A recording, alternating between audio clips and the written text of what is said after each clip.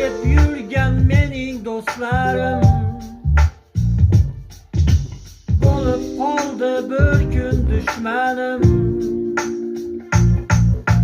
Qaytib kelmasin o'sha kunlarim, o'ylab o'ylab hayron ko'zlarim. Kerak emas sendek do'stlarim, hayron bo'lma mening ko'zlarim. Do'stim eshit, xafa bo'lma sen,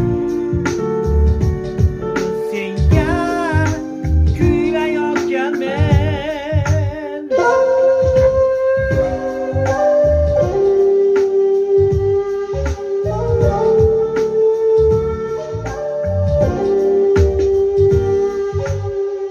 Mana oylar, yil ham o'tyapti,